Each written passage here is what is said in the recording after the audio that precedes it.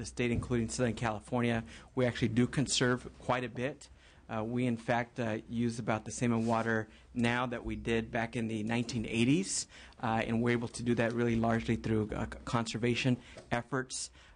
We also, in 2009, and I know many of my colleagues here were there at the time when we passed the historic water package legislation, one of those items was SB 7. Of the 7th extraordinary session. We had a lot of extraordinary sessions back in those days. And a key measure there, a key piece was, this idea of conserving an additional 20% statewide by 2020. And I know at the time, and one of our select committee members, Womer Amina Carter, was there. We also had my good friend here, Assembly Member Yamada, that was there, and she, by the way, gets a star for being at so many of our select committee hearings, and Amina Carter as well has been doing good. And today we're also real pleased to have Assembly Member Mike Fear from the LA area, who was very instrumental that year when we passed this historic legislation, because he was one of the champions for making sure that of the various pieces of legislation that we're moving forward, including a bond measure, that one key piece had to be conservation. And I know he has some comments to share on that subject as well. We have a great agenda today. We also may have a few other committee members come back and forth today, because we do have a lot of other hearings going on today. But we have some great speakers from the California Department of Water Resources that are going to tell us what the successes are so far in terms of this goal that we have of 20% conservation by 2020. We also have representatives from the Metropolitan Water District, the Regional Water Authority, the Natural Resources Defense Council, and the California Urban Water Agencies that are going to kind of give us the look ahead. What's coming in our future, and what might we be able to do to continue to conserve more. And then we do have an opportunity for public comment as well. With that, I am going to let my colleagues up on the dais say any opening remarks if they'd like to. Well, thank you, Chair Solorio. I just want to thank you for your leadership on this select committee. And as you know, although we have not always been in agreement as assembly members on how we approach the whole water issue, certainly I support the conservation goals that have been enacted. And I'll just leave it at that. Thank you very much for conducting this hearing today. Thank you. Assembly Member Carter. Again, I just want to share the Assembly members to echo that we really thank you for this. I'm from Southern California, home of the desert. And so conservation has always been important to us, even before the goals of the state. And so I'm here today to just find out what else has been done throughout the state of California. Yesterday's hearing was very, very useful for me to know what's going on up in the Tulare Basin. The nitrate situation. Yeah, the nitrate situation.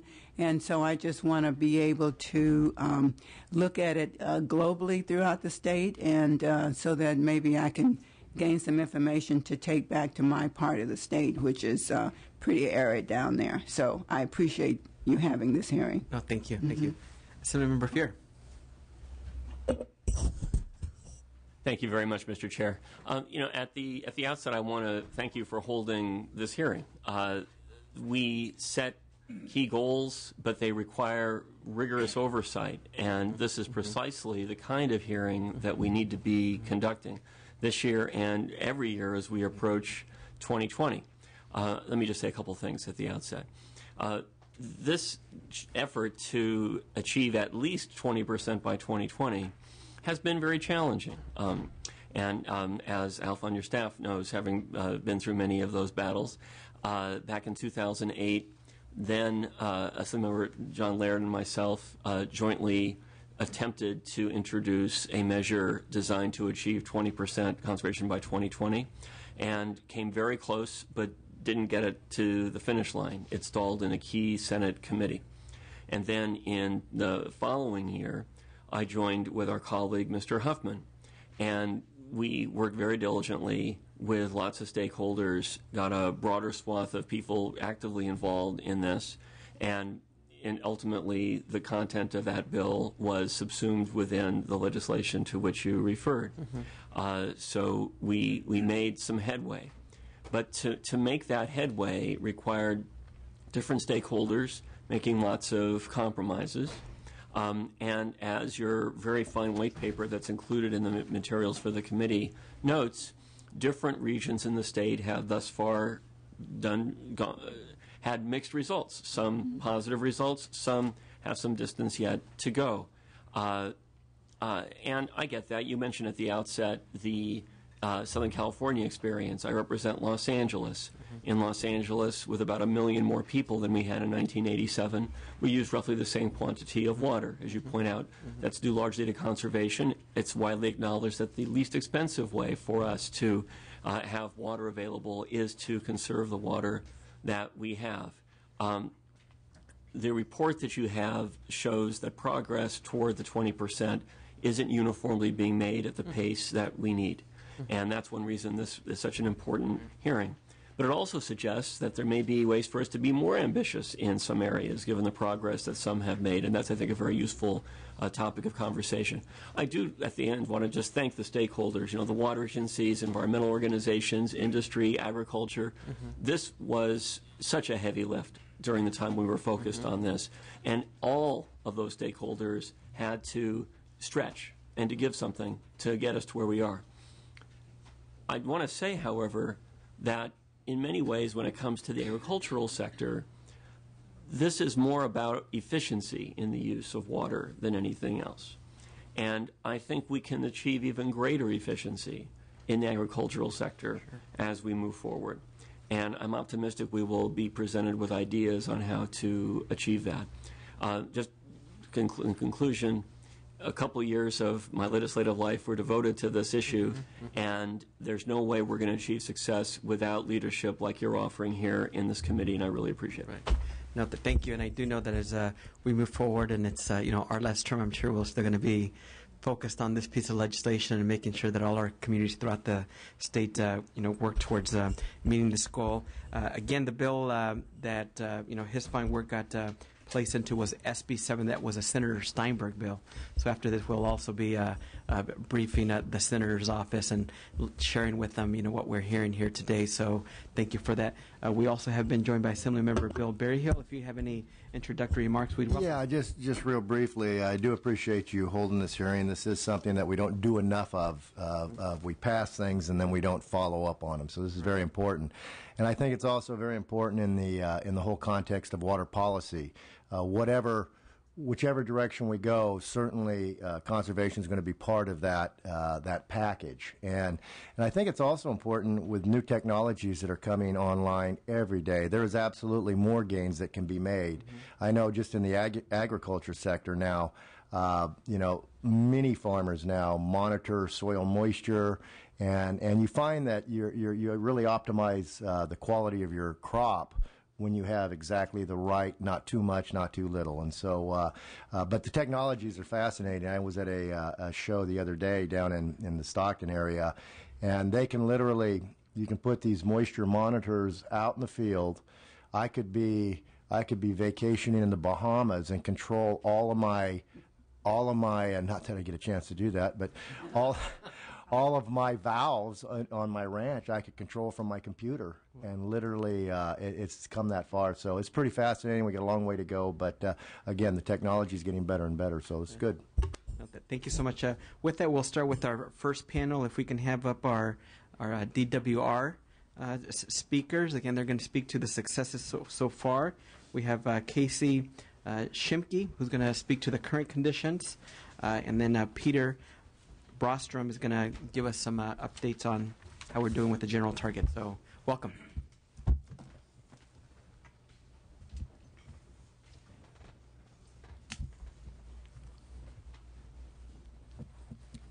Good morning, Mr. Chair and members. My name is Casey Cmte. I'm the Legislative Director for the Department of Water Resources. Committee staff just asked for a very brief, as you noted, it's raining, and that's a good thing, but asked for just a brief update on where we are in water conditions. So, if I can make this work, there we go. This may be a little difficult to see, but you should all have the handout. What these two slides indicate, the first slide indicates, as of yesterday, the snowpack in the northern, the central, and the southern Sierra at 37%, 30%, and 28%. I did check again this morning, and those numbers have changed a little bit. It's 41%, 31%, and also then still 28%. So this is kind of telling as to where we are.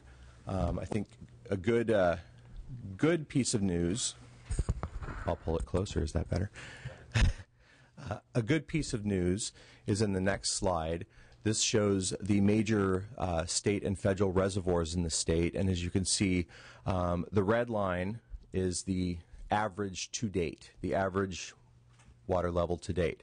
And for the most part, we are in the 80 to 100+% full. And that's a very good thing. I checked the numbers for March 1st, 2008, and in some instances, Lake Oroville, for example, was down at 56%.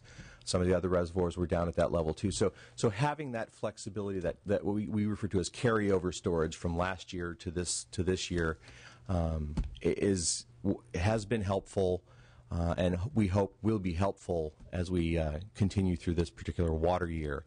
The next slide. As you can see here in the upper left, in the California map, it identifies those 8 stations. This shows you a historic precipitation to yesterday's date, not today's date. The shaded area is obviously the average from 1922 to 1998, the historic average. And you can see where we are in the dark blue line there. We're at about 19 inches of precipitation so far. So we are much below that average. We're much below last year, which, if you look, is the light blue or the blue line, the second one down that ends with 72 inches. We're definitely behind where we have been the last couple of years, and even behind average. This next slide then shows the Central Sierra, very much the same. You see 12.9. I checked that this morning. I think it is bumped up to 13.1.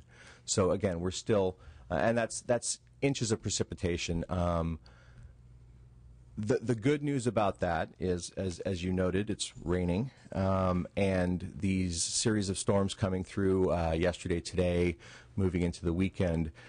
In the Feather River Basin, which is of primary interest to the Department of Water Resources because it's the watershed upstream of Lake Oroville, where the bulk of our storage exists.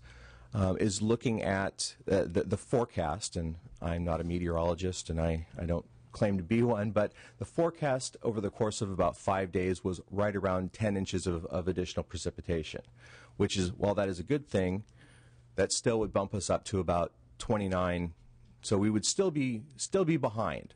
And I think that's why this hearing is important, talking about SB 7X7 as to what still needs to be done, and that we had, last year was a very good water year. We had a mild summer. We're really not sure what this summer holds or what next fall will hold. So I think that's why it's very important that you are having this hearing, talking about what additional steps there might be to take.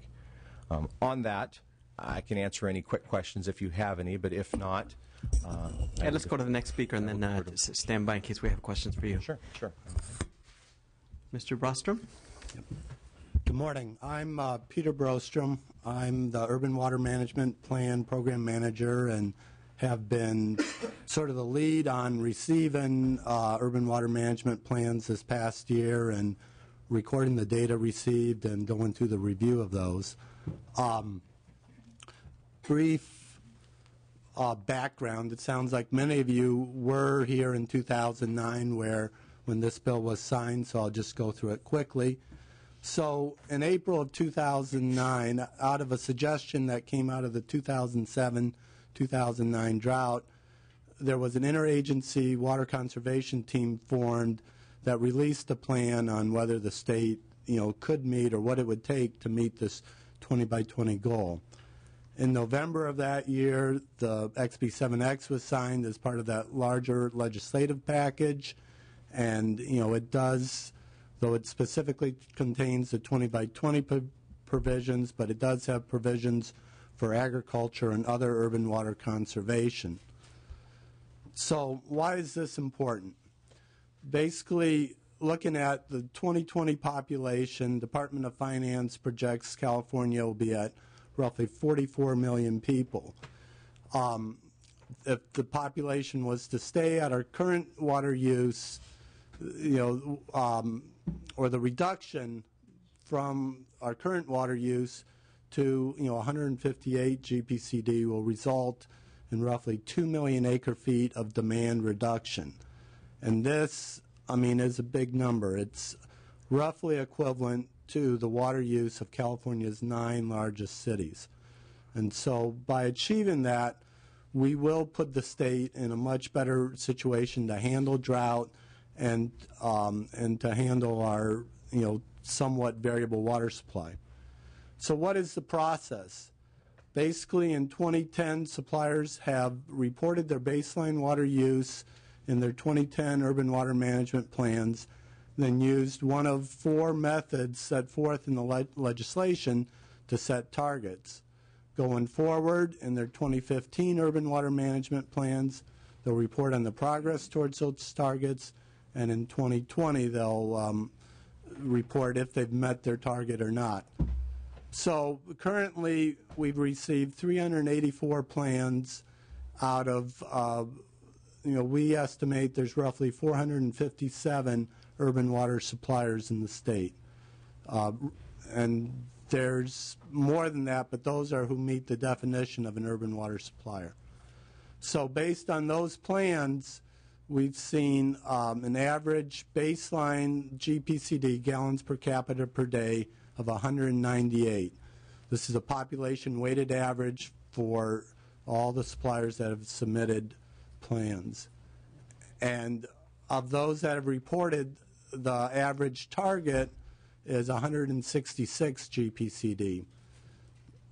20% or 80%, the 20% reduction from 198 is 158 GPCD.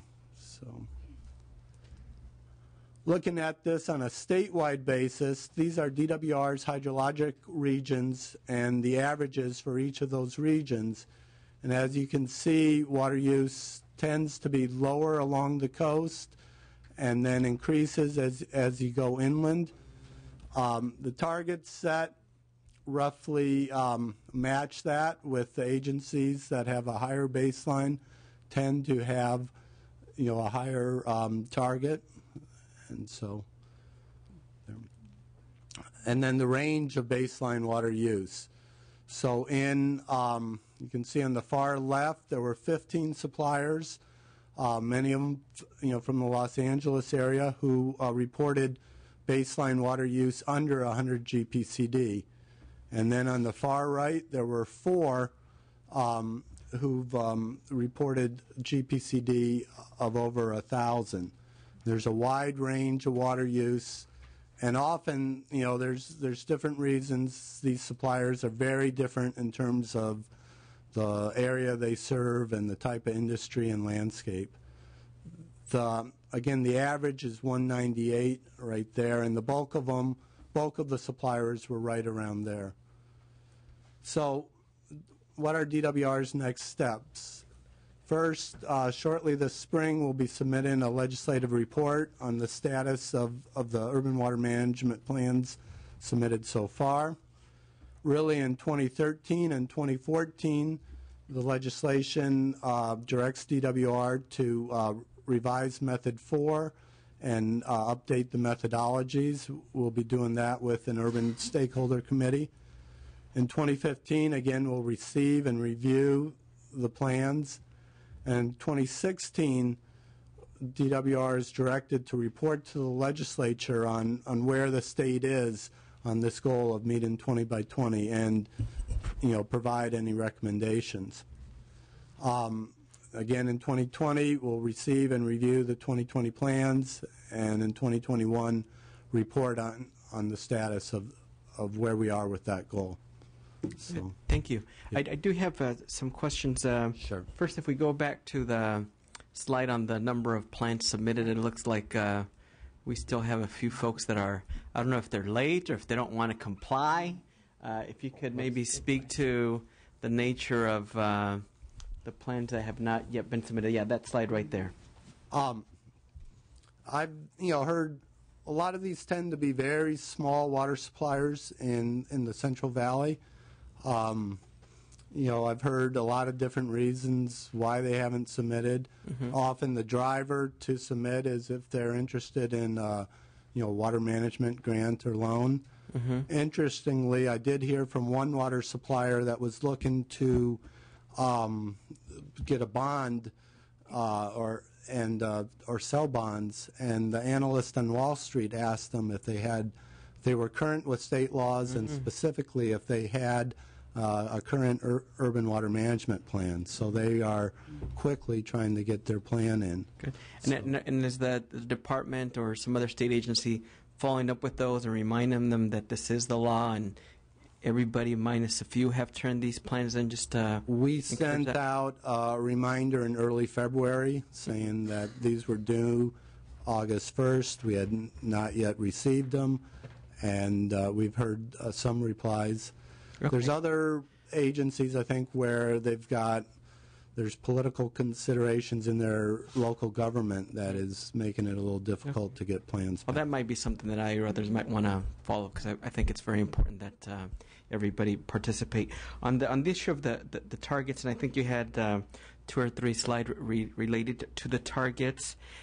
The agencies, did they set the targets themselves for a 20% reduction for their area, their jurisdiction, or did the state say this is the target that we think you should have, so that statewide we have a 20% reduction? Because if we look at that slide there in particular, and I think maybe there's another slide after this, it looks like that the reported target isn't at the 20% reduction. So can you speak a little bit to that?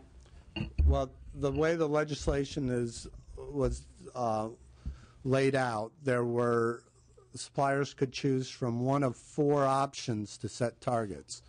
The most rigorous option was a straight 20% reduction, and then there was an option that was based on efficiency standards that was very data difficult, and only 2 agencies chose that.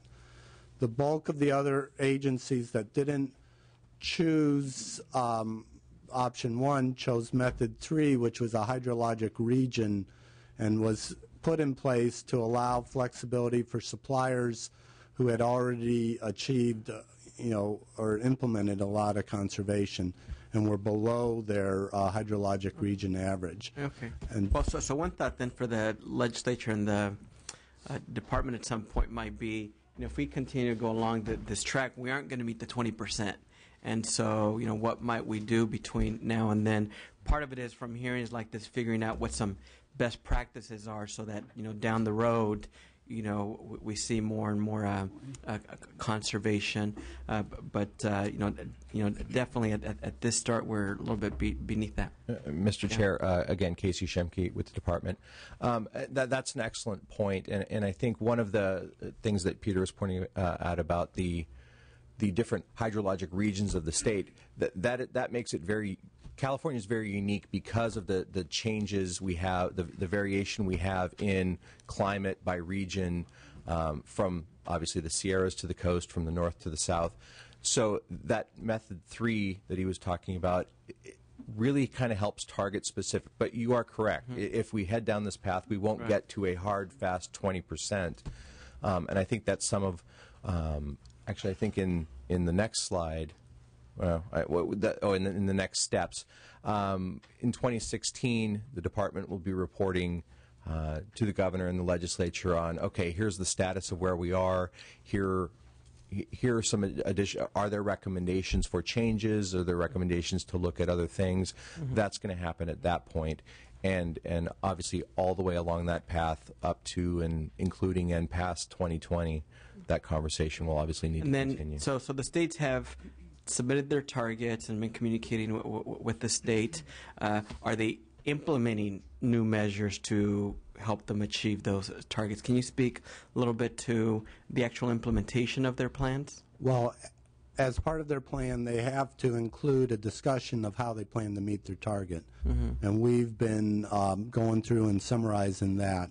And I think as some of the later speakers will talk to, is a lot of that emphasis will be on outdoor landscape, where we've reached the saturation indoors, but even, this morning as I was coming into work, it was raining and there's sprinklers on. Right. And so there's very inexpensive fixes that we just have to make people more aware of the outdoor water use.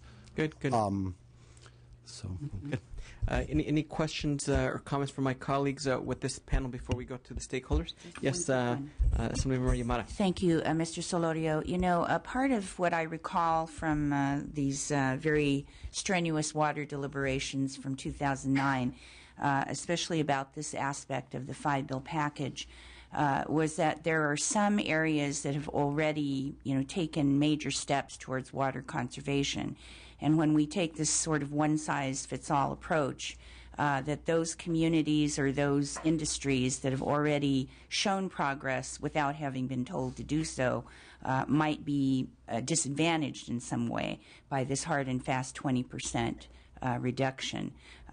Can you speak a little bit to whether or not you've heard anything further about this topic from the plans that have already been submitted? In other words, why should we be asked to reduce 20% in addition to what we've already demonstrated?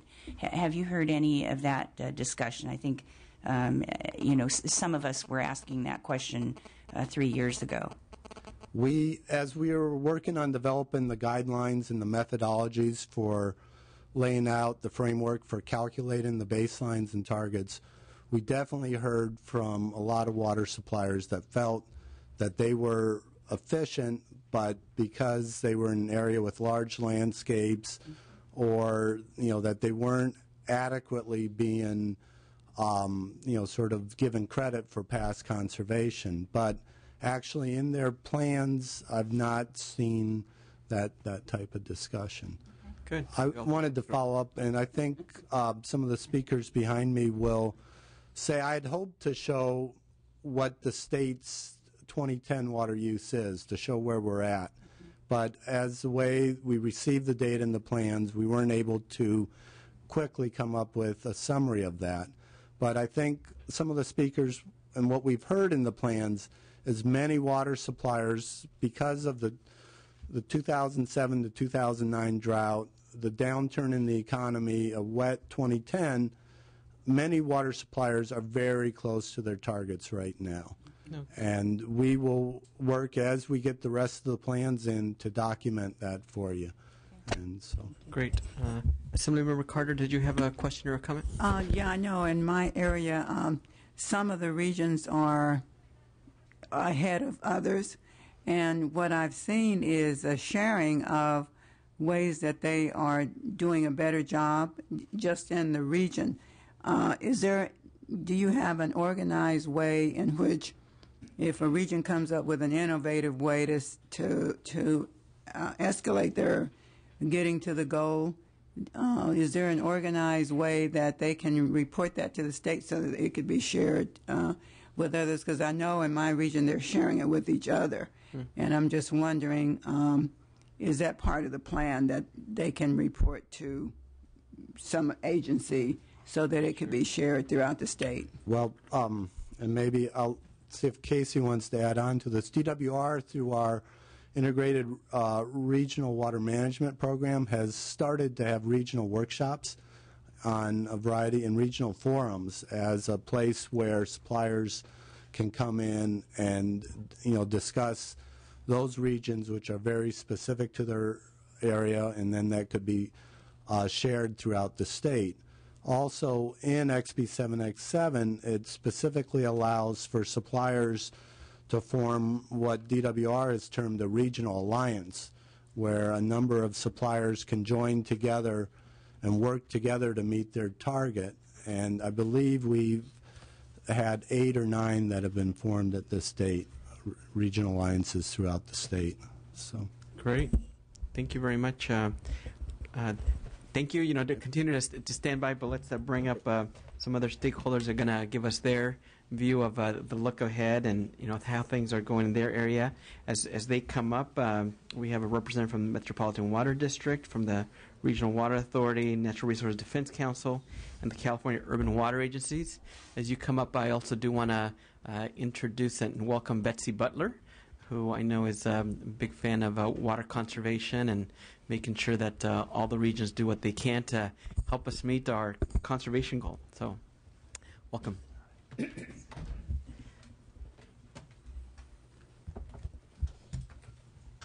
don't think we necessarily have any particular order, so we'll just go with what's on the agenda. Let's start with the Metropolitan Water District.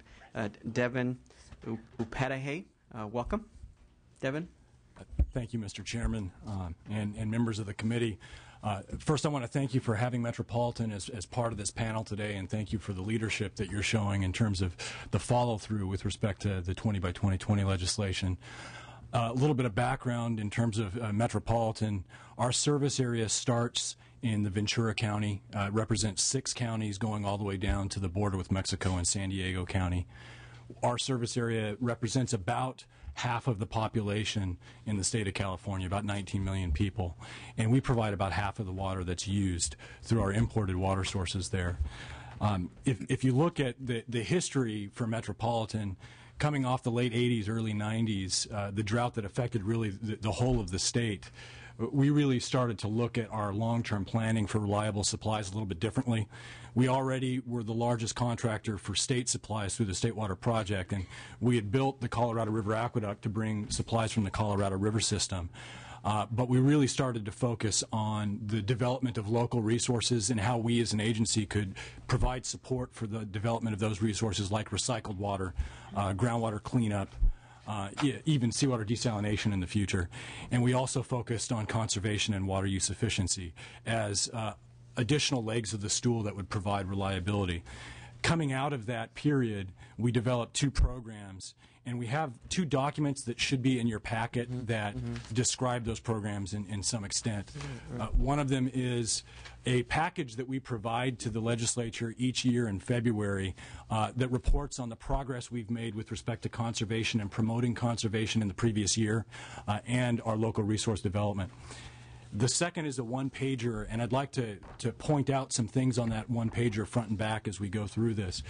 The 2 programs we developed coming out of the early 90s, one of them was what we refer to as a local resources program, and we provide incentives specifically for the development of recycled water. Over the course of that program up to this point in time, we've provided about $250 million in incentives to help our local agencies develop those supplies, reducing reliance on imported water supplies. We also put together a conservation program whereby John Q. Public has the ability to go into Home Depot, Lowe's, Osh, mom and pop stores in our service area, and if they make the choice to buy water use efficient devices, they qualify to be able to get rebates from us to help buy down the cost of those devices.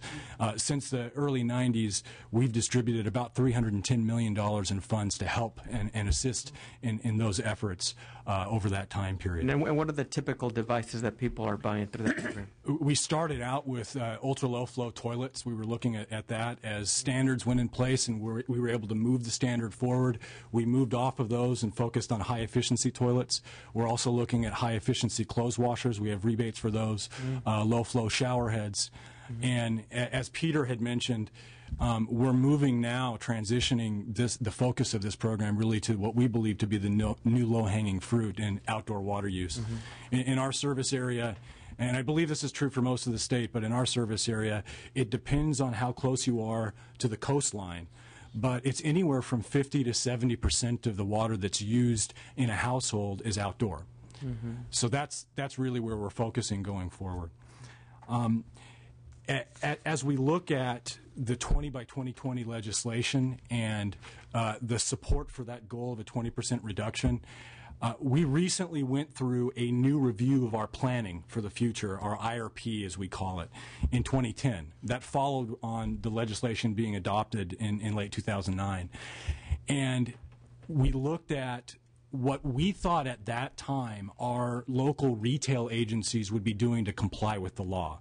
And this echoes what Peter just showed you, was if local agencies take the most effective approach to comply with the law, it results, our forecast for our area was about a 13 or 14% reduction.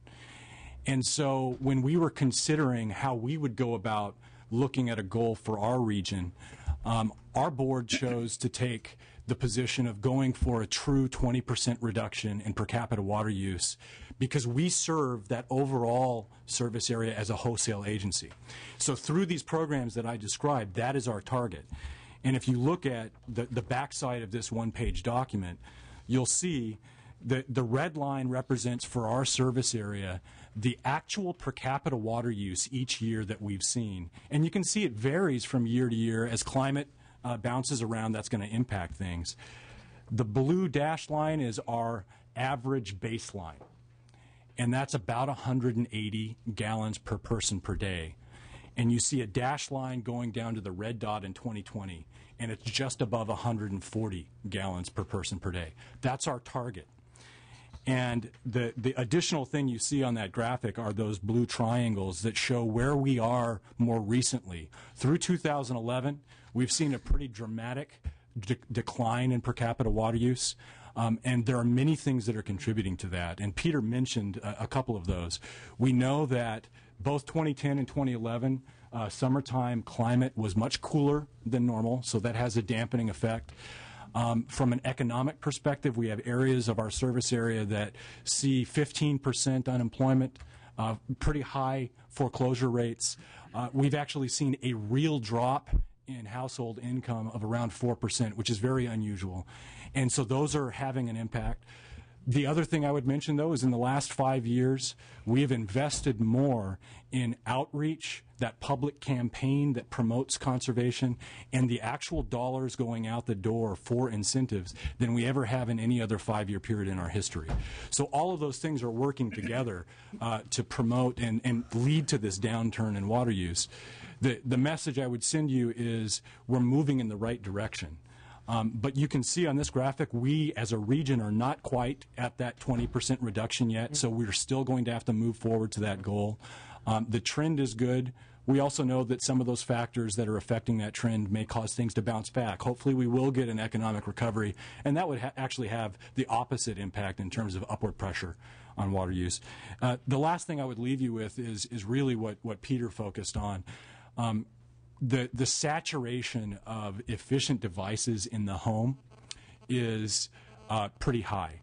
We've done a great job since the early 90s of promoting those in-home and in-business devices, toilets, shower heads, washing machines. Now we need to focus outdoors.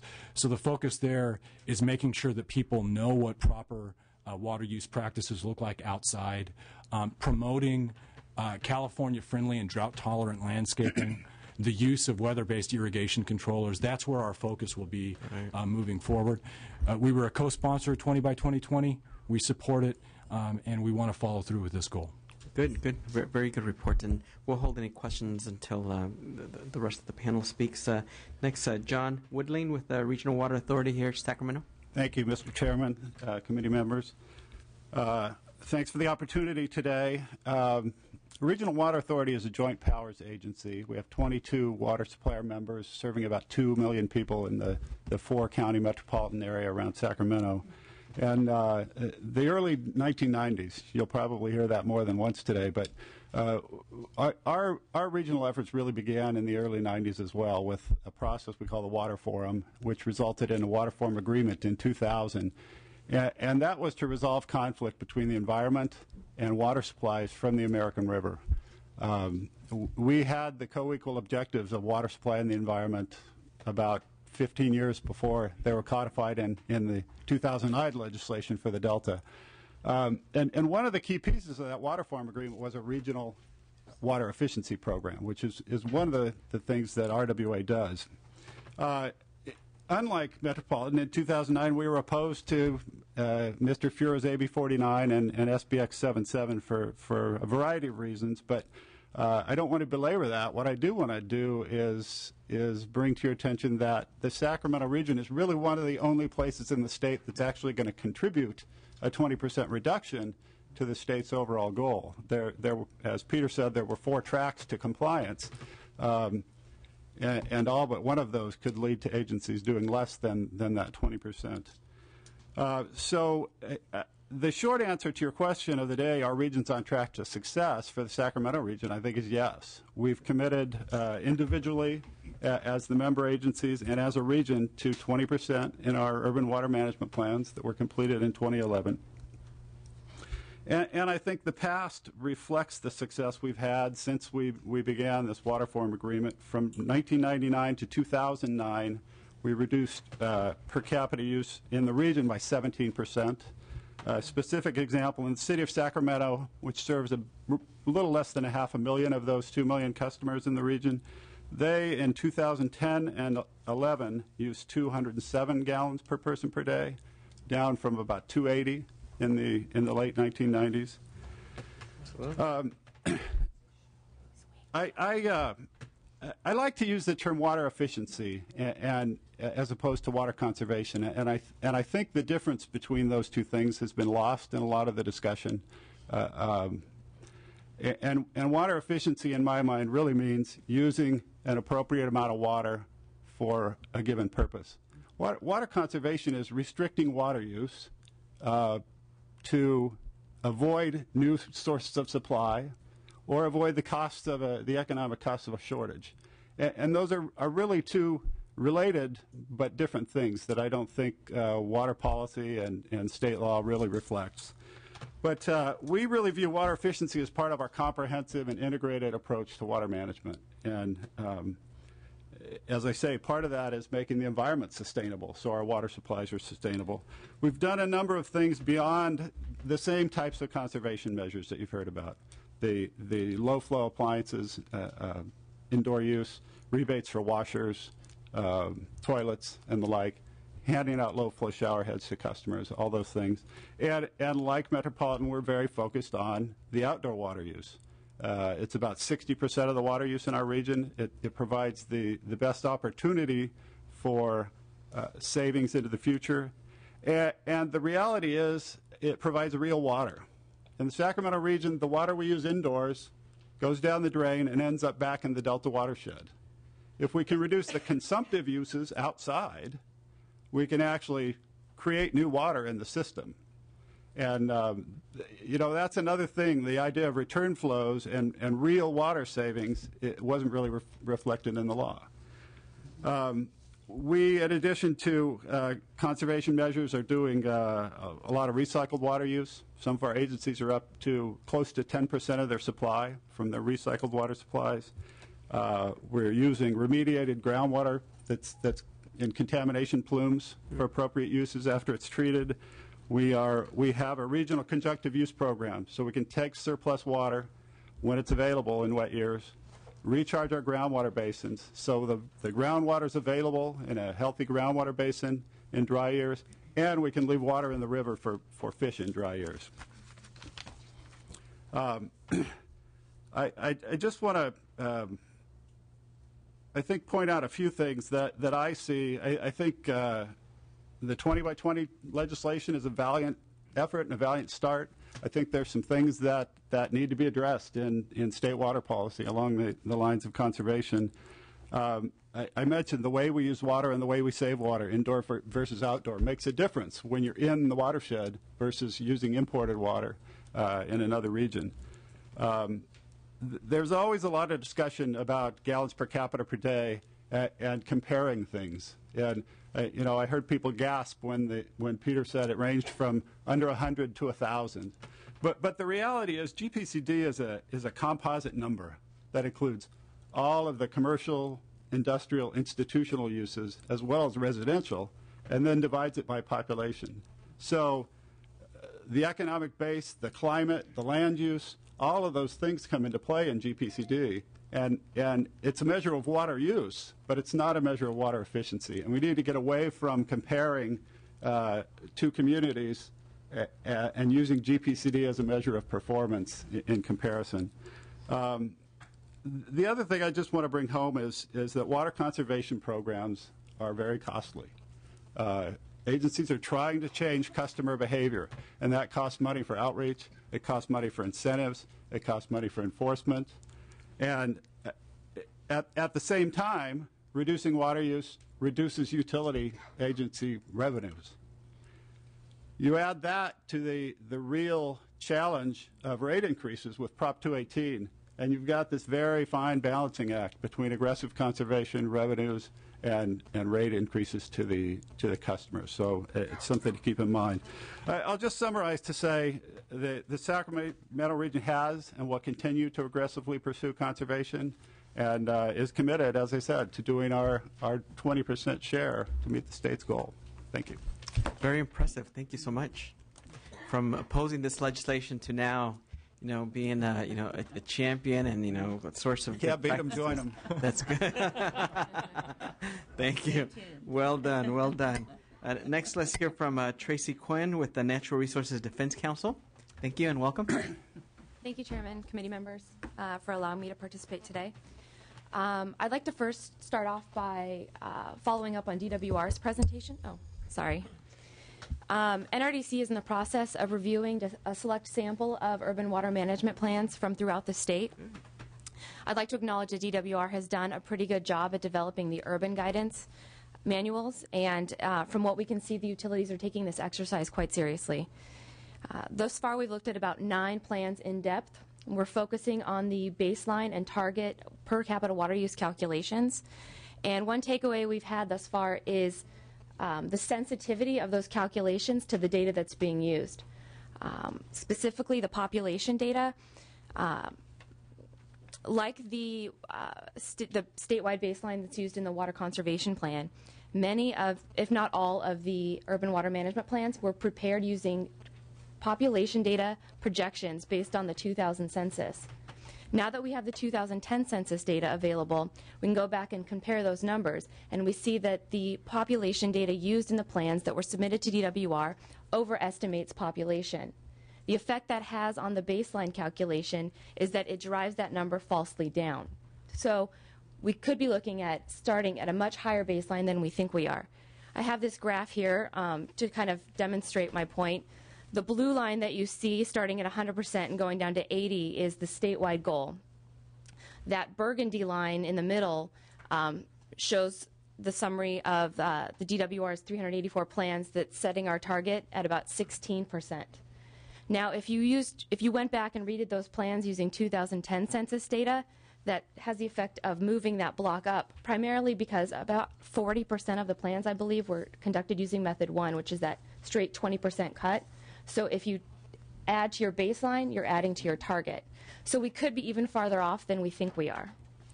And that's important because the DWR guidance allows for the utilities to recalculate their baseline and target values through 2015. And if we wait until 2015 to see that differential, then we're going to be in a lot of trouble, and it's going to be really tough to turn this boat around. So what NRDC recommends is that the utilities be required to resubmit their baseline and target values using 2010 census data and give us a more realistic picture of where we're sitting statewide. That being said, we think it's too early to recommend changes to the 2009 Act. It isn't needed, and it wouldn't be especially helpful to reopen it. NRDC contributed to the development of the Act, and we think it's a monumental achievement. It really sets a great framework for urban water conservation in California. It's possible that nothing we do for urban water conservation from here on out will be as significant as that Act. And as a colleague of mine likes to say, we're no longer looking for the silver bullet here. We're looking for silver buckshot. This slide is just meant to show you that there's still quite a bit of water savings left. A lot of this presentation is focused on Southern California. I'm based in LA. There's been studies done that show that the savings potential in Southern California ranges between 1 and 2.3 million acre feet per year. We know that some utilities are pulling back on their investments in conservation and efficiency. Like you've heard here, water sales are down, and that can be an issue. Some utilities have sort of a been there, done that attitude. but I'm here to show you that there's a lot of options out there that haven't been fully exploited.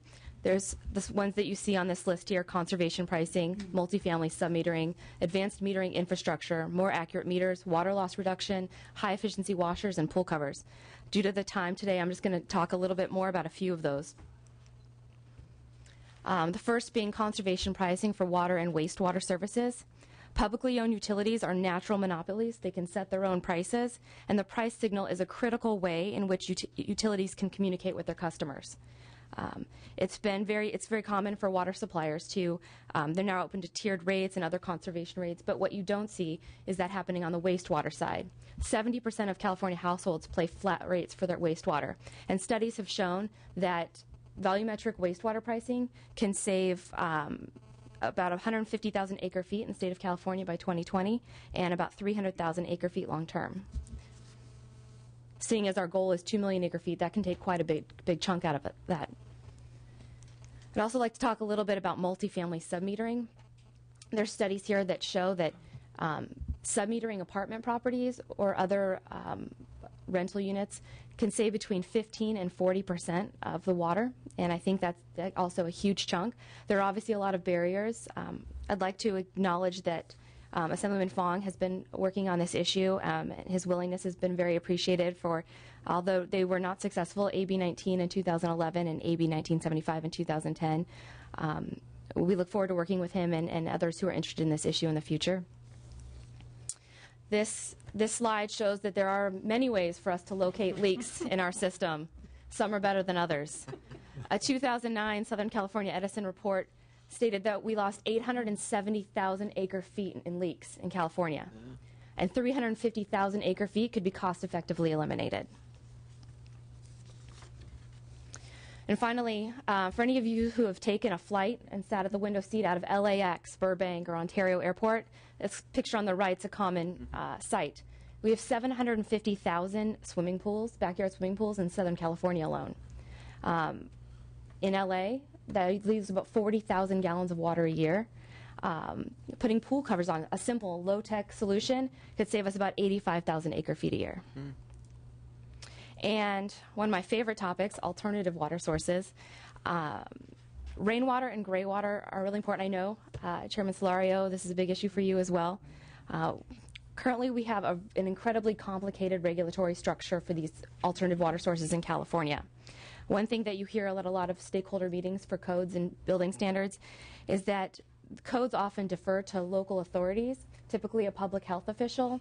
Unfortunately, those public health officials are not always trained on the low public health risk of these of both gray water and rainwater. And because of their sometimes ignorance, they just say no, and they have the last word. I think it's really important that we provide training for local public health officials on these topics. This is going to be a huge source of our water going forward, and we need to be implementing this as soon as possible. And finally, as Assemblyman Fior spoke earlier, efficiency is still a bargain. In 2010, they did a study in San Diego County and found that they looked at 7 water source options, from surface water development, groundwater, recycled water, and desalination, and found that efficiency was the lowest cost in 2010 and had the lowest projected rate of real cost increase through 2030.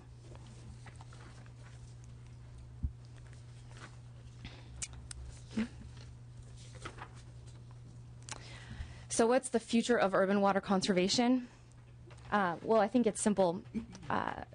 When a utility is asked to look at ways to reduce water, they look at a full suite of options. For instance, we saw the leaks earlier, that 870,000 acre-feet are lost due to leaks, and that 350,000 could be eliminated with cost-effective measures.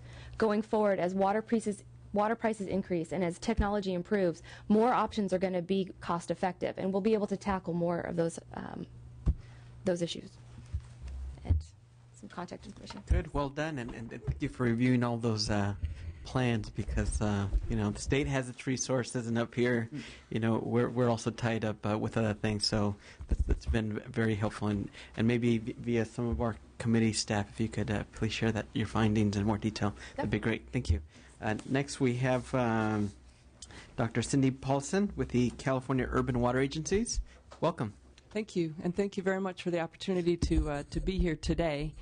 Just a little bit of background on CUA, the California Urban Water Agencies. You're probably all familiar with them. They've been around since 1990 when they were established, and they are the 10 major urban water agencies that comprise about two-thirds of California's population served, so on the order of 24 million, as you see in the figure up here, and I do have copies of figures available in your package there as well, that most of the member agencies are in the urbanized areas, so very much coastal representation.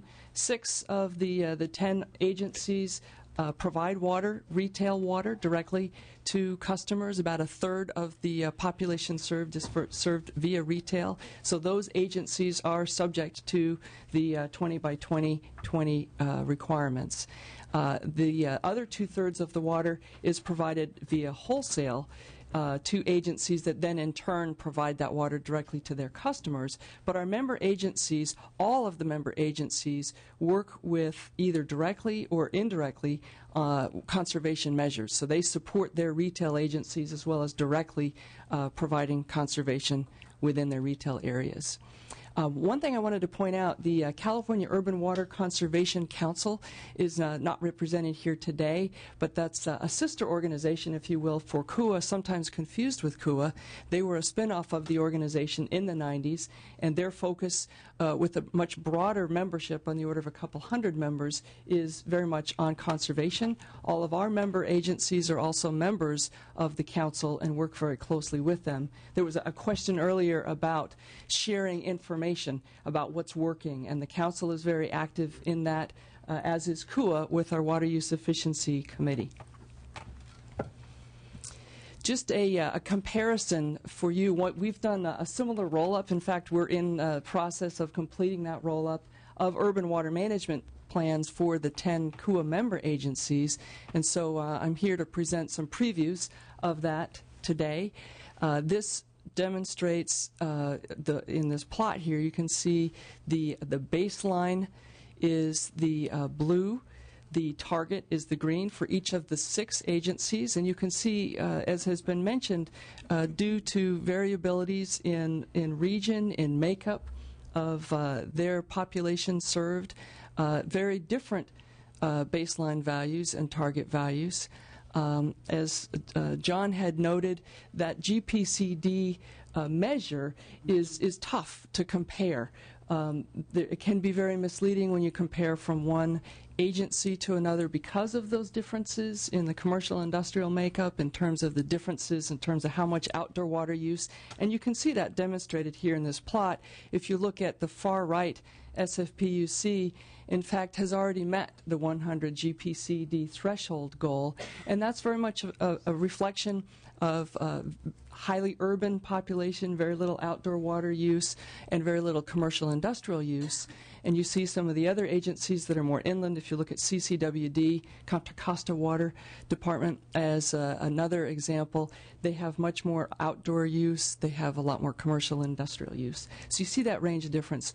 One of the other things that I wanted to point out as well, and has already been mentioned, is that 2010 was a bit unique, 2011 as well, due to some climatic and economic conditions that's been talked about. But I think what this plot shows well, and this is actually taken from one of the CUA member agencies, is this just shows average water demand in terms of gallons per day, millions of gallons per day, and you can just see how much it varies from year to year.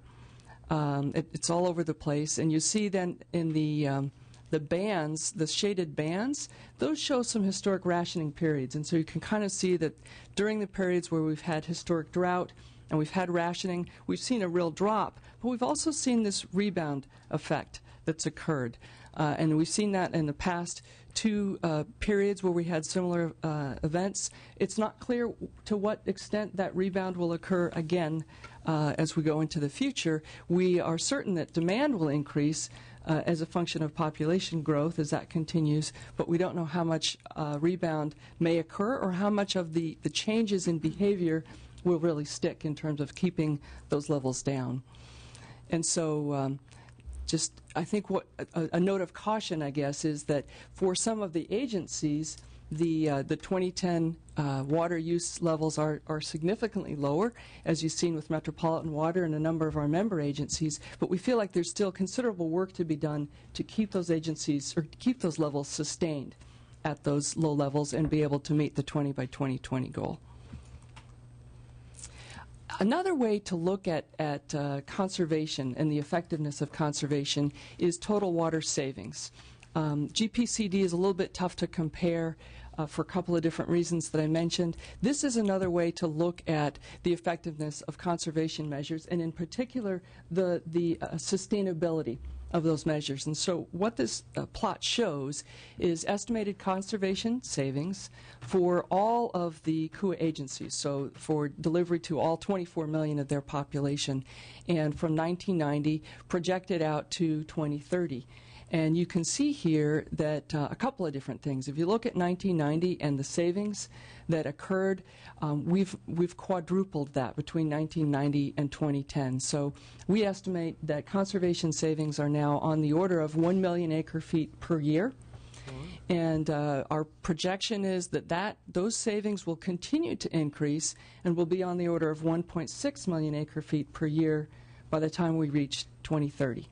So this is just another nice way to look at the savings without the year-to-year variability. This kind of takes that out of it.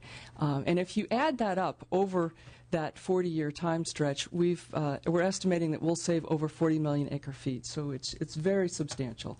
And the CUA agencies, the member agencies, are very much committed to continuing the progress that they've had and to sustaining that over time.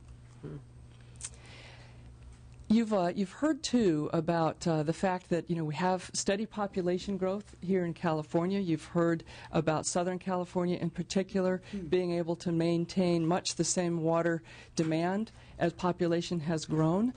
And I think these two plots show that well. The top plot shows population served over time from 1990 to 2030. And we're projecting a 47% increase in population that's served over that time frame. At the same time, urban demand, we are projecting we'll be able to limit that to only a 15% increase over time.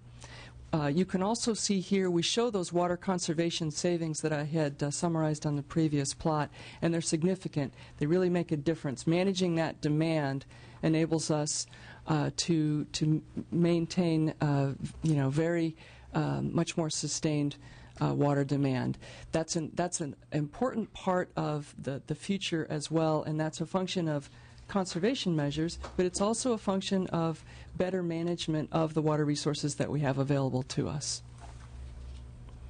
And looking ahead, this is something that I wanted to highlight.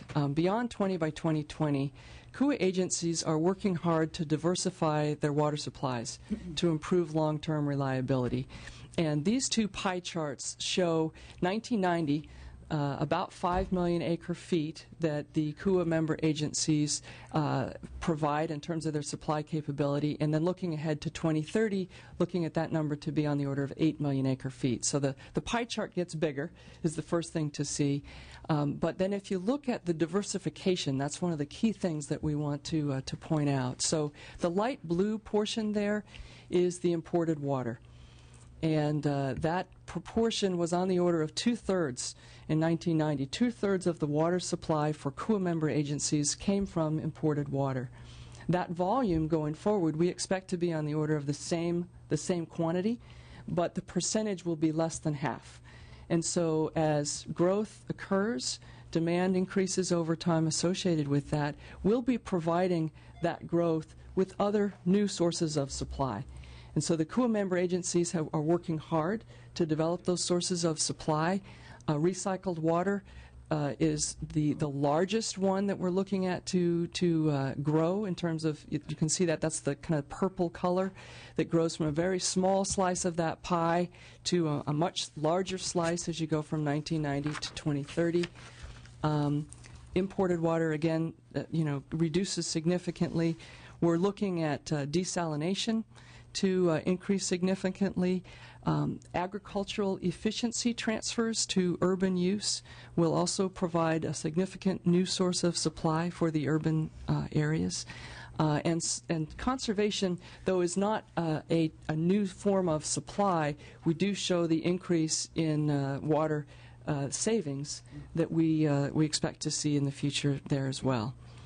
So, this is something that the CUA member agencies are taking on their own initiative to provide for the future.